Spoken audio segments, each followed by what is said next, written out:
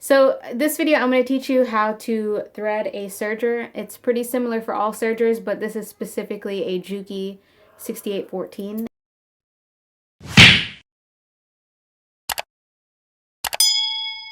So there's two methods that you can use. You can use the tie-on method that a lot of people like, where I have better success if I just rethread the whole machine and it lets me go through there, see if there's any lint or anything in the way. So I always recommend that you learn how to fully thread your machine. Just do it over and over until you're comfortable with it. I'll just rethread the entire machine. So what I like to do is just go and chop all of my threads, and then I pull my string all the way out. That way I can take this moment, grab my little brush, inspect my oils, make sure I don't need any oils. And I can come in here and clean this out here. If you have threads in here, you don't want to do that because you'll mess up all your threading.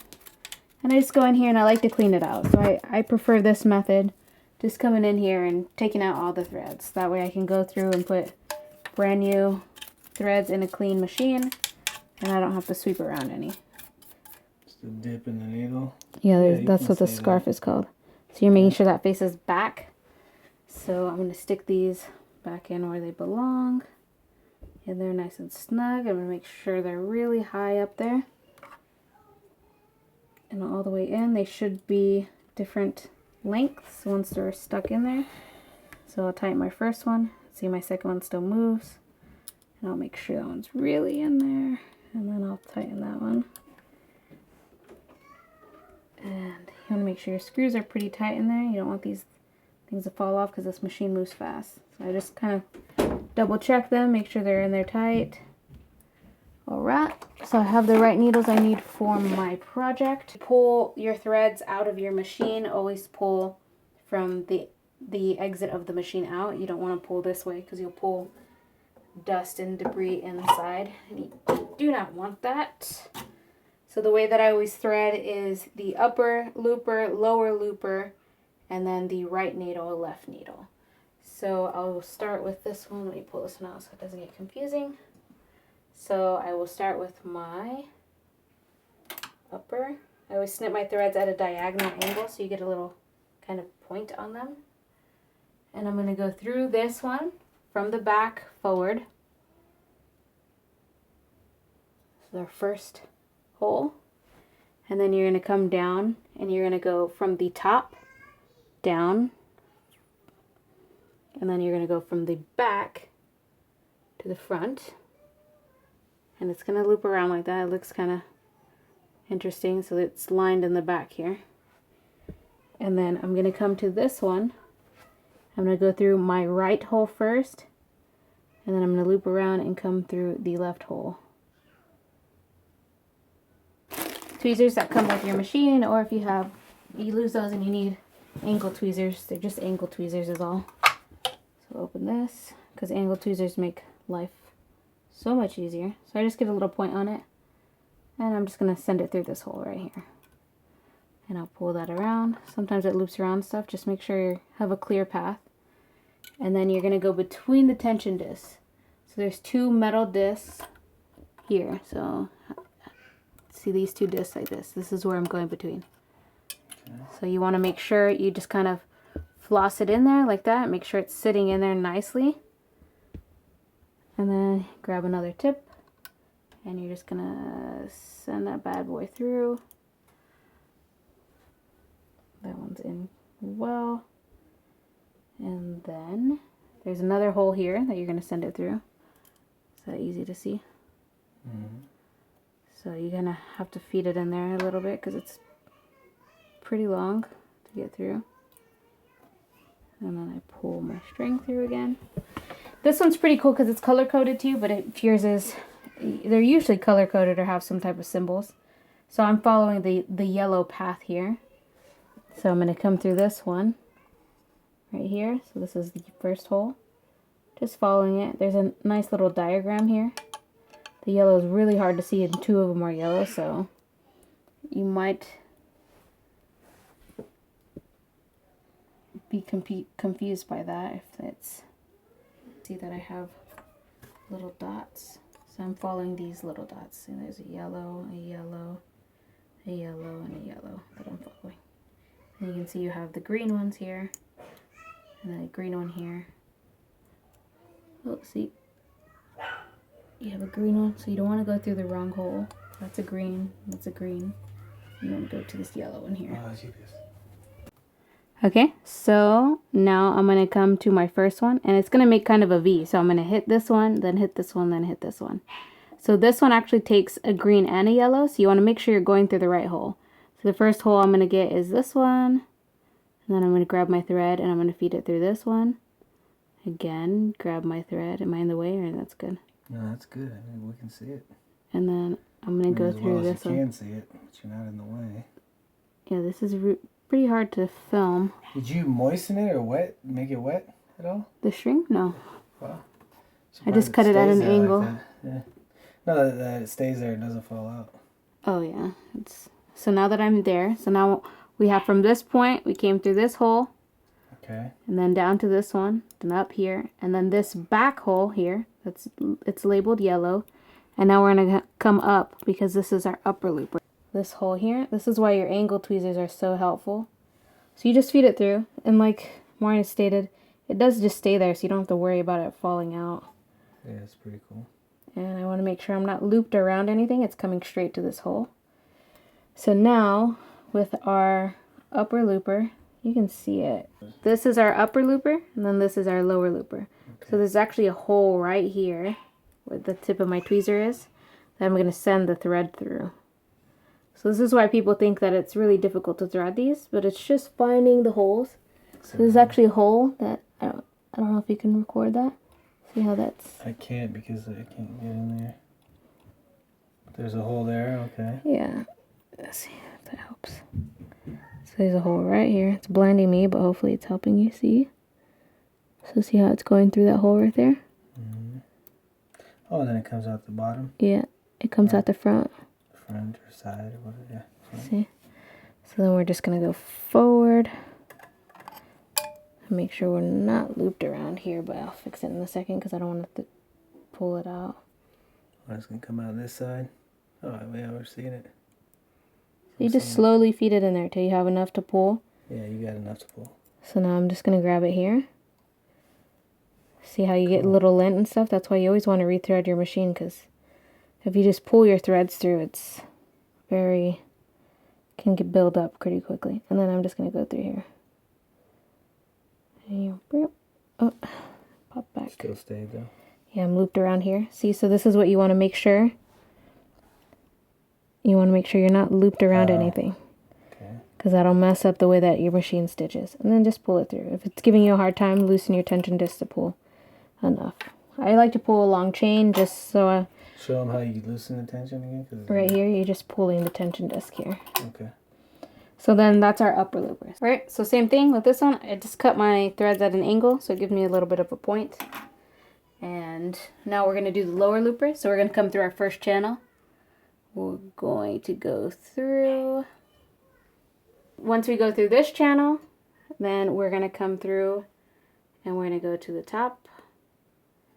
And from the top, we're going to go back to the front. And then we'll go to our next channel. Same thing, we'll go through the right, and then up, over, and back through, back to front.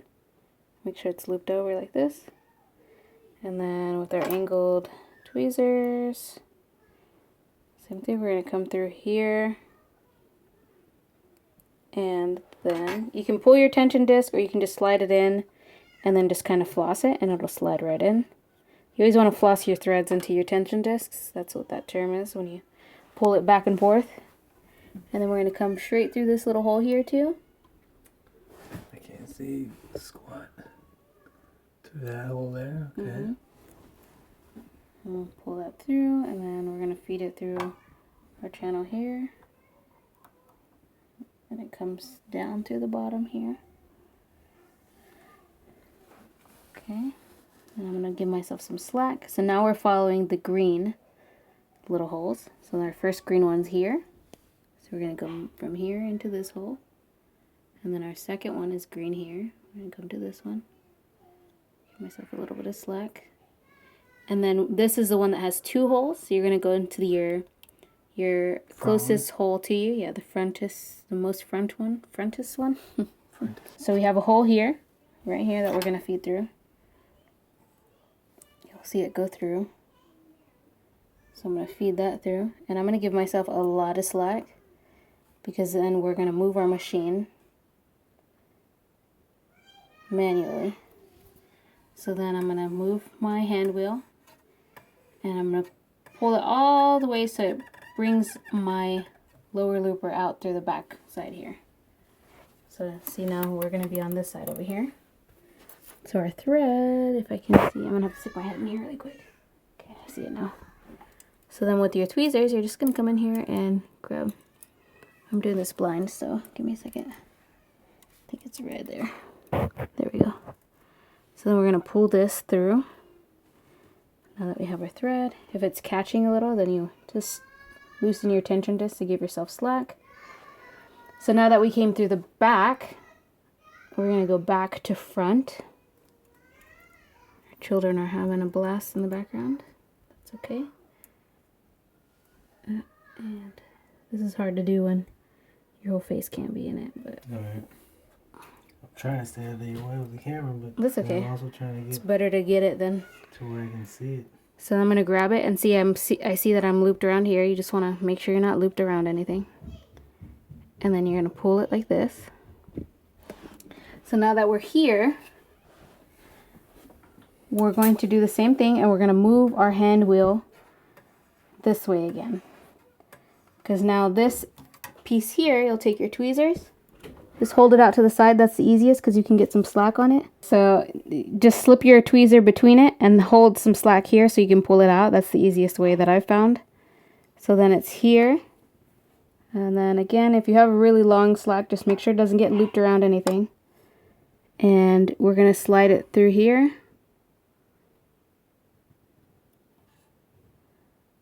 And pull it through. Stormy. Little chicken.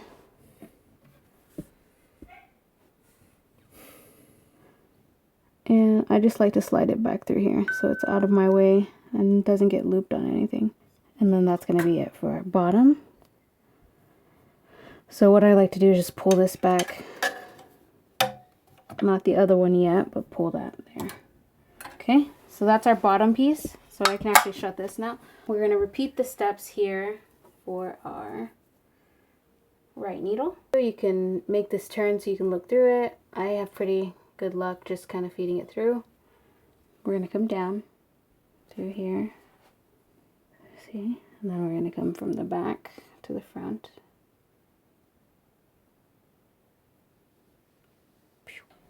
What's not touching?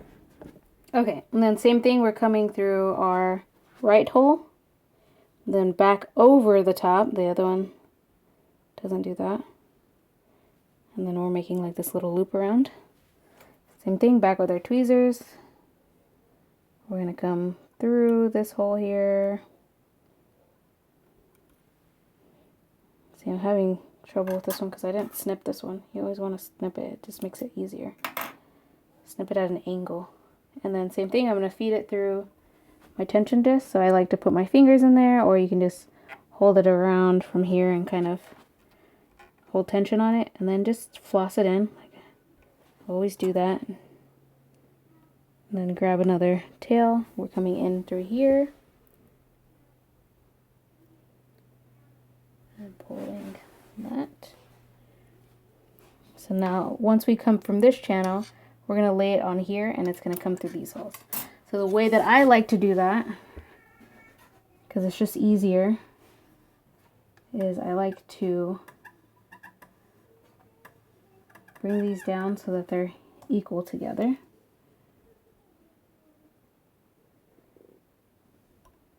And grab just enough slack to stick my tweezers in there.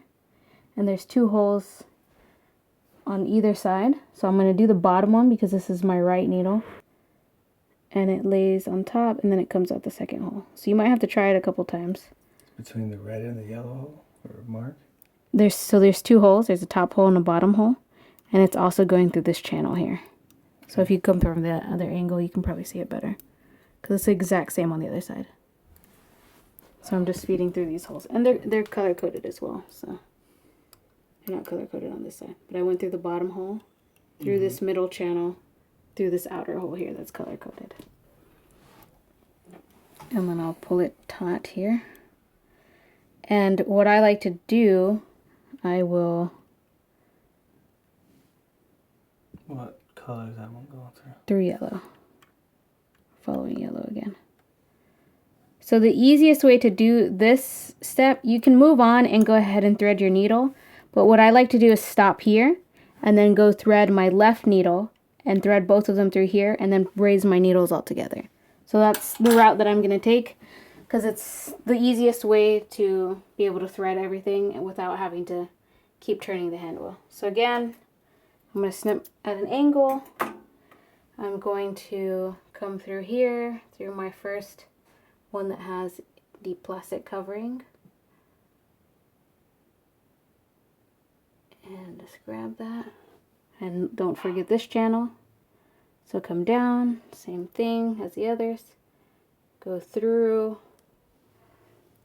and come down to our first hole on the right here. Feed that through.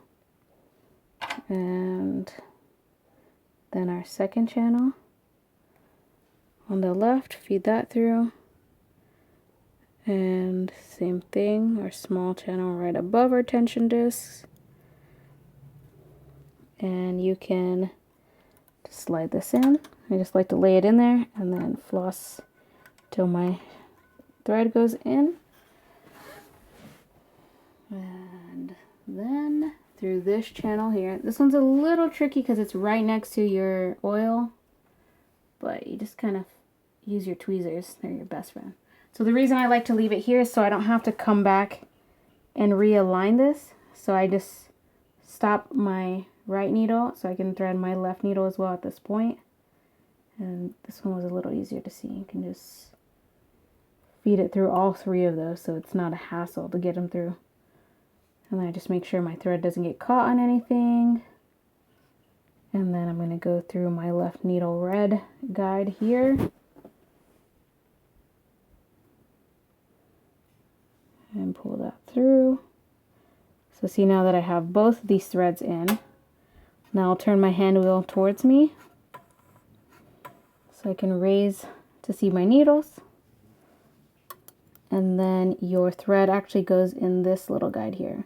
So you want to make sure it's on the inside of both of the teeth because there's teeth on both sides here. And if it's not coming through, just give yourself some slack so you can pull it around. Let's try that again. Usually just kind of pops in, but this one's giving me heck. There we go. So there's a tooth here and a tooth here. It's easier to see on this side. There's a tooth here and a tooth here. You want to make sure your string goes under this little plate here and on the inner side of the teeth, closest to the screw. So we're going to do the other side as well after we thread here now. So try and stay out of the camera. We're going to go through this hole as well here. Yeah, threading's complicated. That seems really simple to me. And I'm just going to pull my thread down and through. Oopsie, I want to make sure you don't get caught on anything. So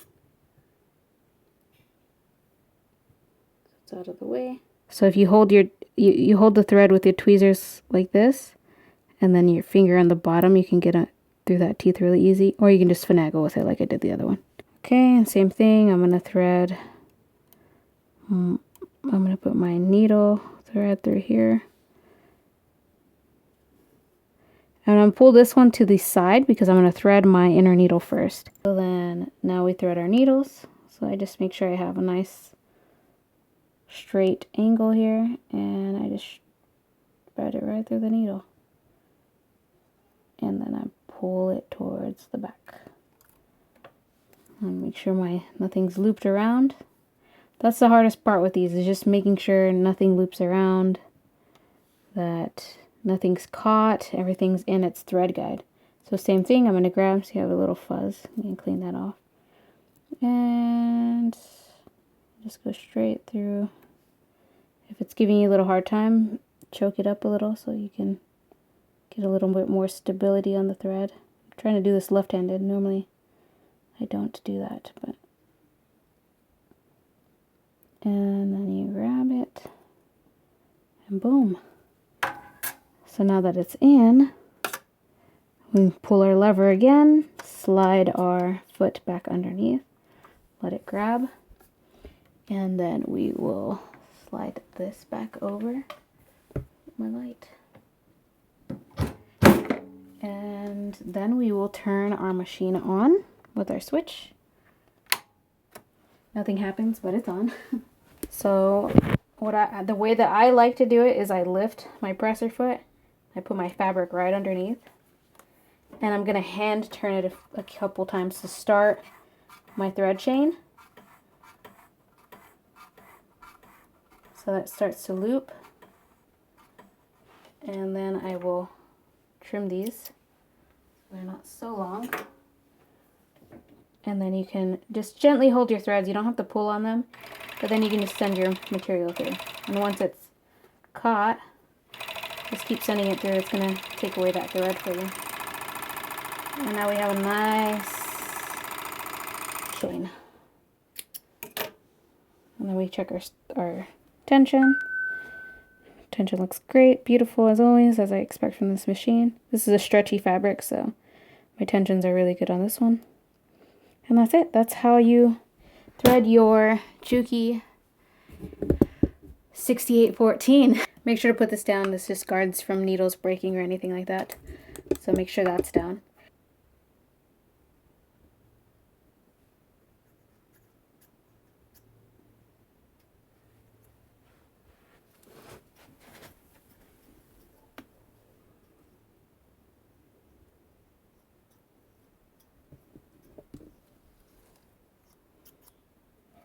Feel free to leave me any questions in the comments, or if something wasn't clear and I can clarify that in a different video. It's really tiny parts to try and record, so if there's something that's not quite clear, just let me know and I'll make another video.